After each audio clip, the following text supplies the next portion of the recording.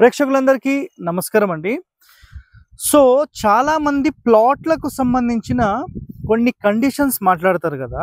So sir మాకు ఒక plot ఉంది, సో ఈ ప్లాట్లో మేము ఇల్లు కడదాం అనుకుంటున్నారని ఎవరైతే అనుకుంటారో మీ అందరికీ ఒక సూచన నేను ఫస్ట్ ఇస్తానండి.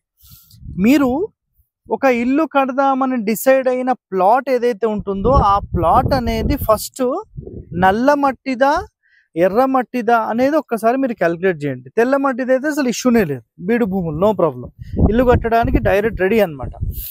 నల్ల రేగడి మీద చాలా వరకు ఏంటంటే జస్ట్ మొరం పోసి ఎర్ర మట్టి వేసేసి మీకు ప్లాట్లు అనేది అమ్మేస్తున్నారు.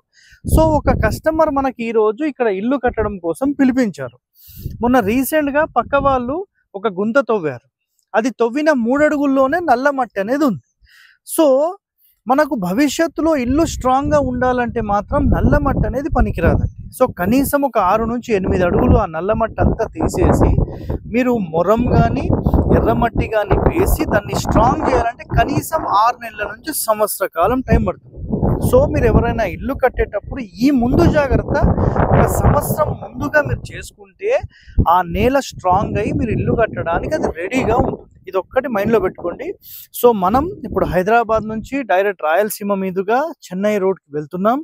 సో నెక్స్ట్ మధ్యలో నంద్యాల, కడప ఏరియా, మదనపల్లి ఏరియా, కోలార్, బెంగళూరు ఇవన్నీ కూడా కవర్ చేస్తాం రాయలసీమ మొత్తం. సో తర్వాత మళ్ళీ ఆంధ్ర. ఎవరికైనా విజిట్ కావాలంటే కూడా సంప్రదించవచ్చు. ఓకే, థ్యాంక్ యూ అండి.